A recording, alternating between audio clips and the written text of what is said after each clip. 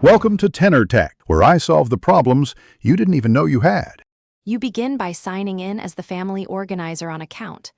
Microsoft, Com, or directly on your Xbox. Do this now. Once signed in, navigate to the family settings. Make sure you are using the correct Microsoft account because removal requires organizer privileges. If prompted, complete two-step verification. This confirms it's you and prevents accidental removals. Keep the family member's gamer tag handy so you can quickly locate them in the family list and speed the process along. Now locate the person you want to remove in family settings and select their profile. You'll see a remove option.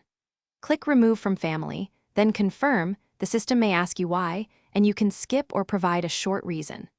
Once done, make sure to sign out and back in on the console or web to force a sync. This pushes the change across Xbox Live, app restrictions, and screen time. If the account was a child, check adult approval settings to finalize changes.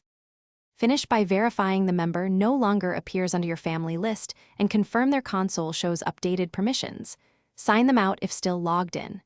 If removal fails, try again from the Xbox console's family settings or use another browser and clear cache before retrying. Make sure the organizer account has full permissions. Otherwise, transfer organizer rights first. If you still can't remove the account, contact Microsoft support with verification ready. They can resolve sync or permission blocks quickly. Thanks for watching. Subscribe to keep your life in tune.